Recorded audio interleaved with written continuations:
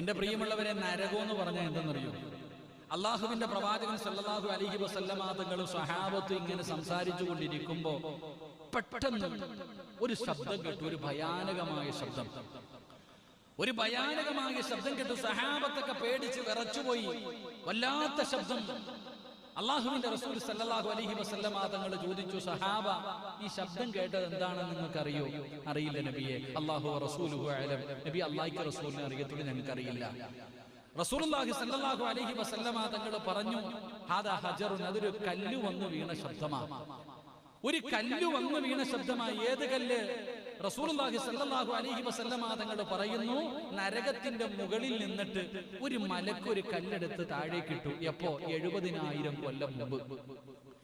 70,000 വർഷം മുമ്പ് നരകത്തിന്റെ മുകളിൽ നിന്നൊരു മലക്കൊരു കല്ലെടുത്ത് അങ്ങോട്ട് താഴോട്ടിട്ട്. ഇപ്പൊ കിണറ്റിയിടുന്ന പോലെ, കിണറ്റിന്റെ മുകളിൽ നിന്ന് ഒരു ചെറിയ കല്ലെടുത്ത് നമ്മൾ താഴേക്കിടുന്നത് പോലെ നരകത്തിന്റെ മുകളിൽ നിന്നൊരു മലക്കൊരു കല്ലെടുത്ത് താഴേക്കിട്ടു. ആ കല്ല് 70,000 കൊല്ലമെടുത്തു താഴെ വന്ന് വീഴാൻ. ആ കല്ല് താഴെ വന്ന് വീണ ശബ്ദമാണ് നിങ്ങൾ കേട്ടതെന്ന് നബി മുഹമ്മദ് മുസ്തഫ. അല്ലാഹു അലം. അല്ലാഹു നമ്മളെ കാത്തിരക്ഷിക്കുമാറാകട്ടെ.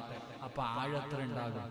എടാ, ഒരു കല്ല് താഴെ കിട്ടപ്പോ ആ കല്ല് താഴെ വന്ന് വീഴാൻ 70,000 വർഷമെടുത്തെങ്കിൽ ഇപ്പൊ ആൾക്കാരൊക്കെ കളിയാക്കിയിട്ട് ചോദിക്കും, ഈ ലോകത്തുള്ളവരെയൊക്കെ ഇടാൻ ഇപ്പൊ നരകം എന്തോ എത്ര വലുതാണല്ലേ? ഈ ലോകത്തുള്ളവരെ മുഴുവനും പിടിച്ച് നരകത്തിലാണ്. നരകത്തിൽ എടാ, നിന്റെ ഉമ്മയുടെ ഗർഭാശയം എത്രയുണ്ട്? ഉമ്മയുടെ വയർ എത്രയുണ്ട്? അതിനകത്തല്ലേ നമ്മളൊക്കെ കടന്നത്? അതെങ്ങനെ വന്നു നമ്മൾ അതിനകത്ത് കിടക്കാൻ പറ്റും? ഉമ്മാടെ ഗർഭാശയത്തിന്റെ അകത്ത് എന്തിന്? എത്ര കോടിക്കണക്കിന് പേര് ഹജ്ജിന് പോയാലും അറഫയുടെ മൈതാനയിൽ അള്ളാഹ് ആ ചെറിയ സ്ഥലം കണ്ടിട്ടുണ്ടോ? അള്ളാഹു പോയി സിയാറത്ത് ചെയ്യാൻ ഭാഗ്യം തരുമാറാകട്ടെ. അള്ളാഹു അവിടെ പോയി നിൽക്കാൻ അള്ളാഹു ഭാഗ്യം തരുമാറാകട്ടെ. അവിടെ പോയി നിൽക്കണം. കാരണം എന്തെന്നറിയോ?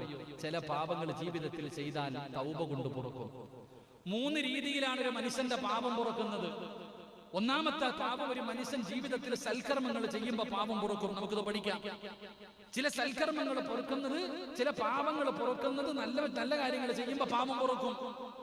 2, തൗബ ചെയ്താൽ ചില പാപം പൊറുക്കും.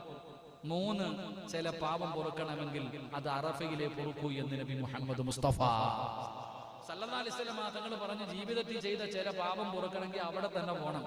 അള്ളാഹു പോകാൻ ഭാഗ്യം തരുമാറാകട്ടെ. കോടിക്കണക്കിന് ജനം പോയാലും ആ അറഫയിൽ ആളുകൊള്ളും. കാരണം ഉമ്മയുടെ ഗർഭാശയം വിശാലമാകുന്നത് പോലെ അറഫ അങ്ങ് വിശാലമാകുമെന്നാണ്. എന്റെ പ്രിയപ്പെട്ട സഹോദരങ്ങൾ, അപ്പൊ ഞാൻ പറഞ്ഞു വന്നത്, എന്റെ പ്രിയപ്പെട്ടവരെ, റസൂലുള്ളാഹി സ്വല്ലല്ലാഹു അലൈഹി വസല്ലമ തങ്ങൾ പറഞ്ഞു, എന്റെ പ്രിയപ്പെട്ട സഹോദരങ്ങളെ, നരകത്തിന്റെ വിശാലതയെ കുറിച്ചാ പഠിപ്പിച്ചേ. അപ്പൊ ആ നരകത്തിലേക്ക് നമ്മൾ അടുക്കും, സ്വർഗത്തിൽ നിന്ന് അകലും. 4, അള്ളാഹുവിന്റെ പ്രവാചകൻ പറയുകയാണ്, തെറ്റ് ചെയ്യുന്നതിലൂടെ സ്വന്തം ശരീരത്തെ നശിപ്പിക്കുകയാണ്. നമ്മുടെ ശരീരത്തിനെ നമ്മൾ നശിപ്പിക്കുകയാണ്. വീടി വലിക്കുമ്പോ തന്നെ എഴുതി വെച്ചിട്ടുണ്ട്, ഇത് വലിക്കരുത്, ശരീരത്തിന് നല്ലതല്ല. ഏത് സാധനം കഴിക്കുമ്പോഴും എഴുതി വെച്ചിട്ടില്ലേ? ശംഭു ആവട്ടെ, തുളസി ആവട്ടെ, എന്തോ ആകട്ടെ, എന്തിൽ എഴുതി വെച്ചിട്ടുണ്ട് ഇത് നല്ലതല്ല. എന്നാ അടിക്കുന്നതിൽ വല്ല കുറവുണ്ടോ? എല്ലാരും അടിക്കുക. എന്റെ പ്രിയപ്പെട്ട സഹോദരങ്ങളെ, ചിന്തിക്ക്. നമ്മുടെ ശരീരത്തിനെ നമ്മൾ നശിപ്പിക്കുന്നു. അള്ളാഹുവിന്റെ റസൂൽ അവിടെ പറയുകയാണ്, നിന്റെ ശരീരത്തിനെ നജസാക്കുകയാ, നിന്റെ ശരീരത്തിനെ നജസാക്കുകയാ. ഇത് ദുരന്തമല്ലേ സഹോദര? ഇതല്ലേ ഏറ്റവും വലിയ ദുരന്തം? അള്ളാഹുവിന്റെ റസൂൽ അവിടെ പറയുകയാണ്, അടുത്ത ദുരന്തം എന്തെന്നറിയുമോ? അള്ളാഹുവിന്റെ മലക്കുകളെ വെറുപ്പിക്കുകയാ. പാപം ചെയ്യുന്നതിലൂടെ പടച്ച റബ്ബിന്റെ മലക്കുകളുടെ ശാപം നമ്മൾ പിടിച്ചു വെക്കുകയാണ്. എന്റെ പ്രിയമുള്ളവരെ, നമ്മുടെ ചുമലിലിരിക്കുന്ന മലക്കുകളുണ്ടല്ലോ, അല്ലാഹുവേ നമ്മളെ സൂക്ഷിക്കാൻ അല്ലാഹു വിട്ടിരിക്കുന്ന മലക്കുകളുണ്ടല്ലോ. ഞാൻ കള്ളു കുടിച്ചാൽ ആ മലക്കുകളത് കാണുന്നില്ലേ? ഞാൻ വ്യഭിചരിച്ചാൽ അത് കാണുന്നില്ലേ? ഞാൻ പലിശ തിന്നാലത് കാണുന്നില്ലേ?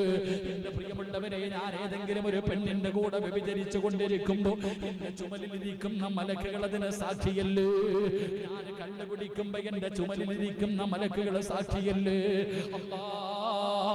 പ്രവാചകൻ അവിടെ നിന്ന് പറയുന്ന, ഒരു മനുഷ്യൻ മരണപ്പെട്ടാൽ, ഒരു മനുഷ്യന്റെ മരണമെടുത്താൽ ആദ്യമായിട്ട് കരയുന്നതാരെന്നറിയുമോ?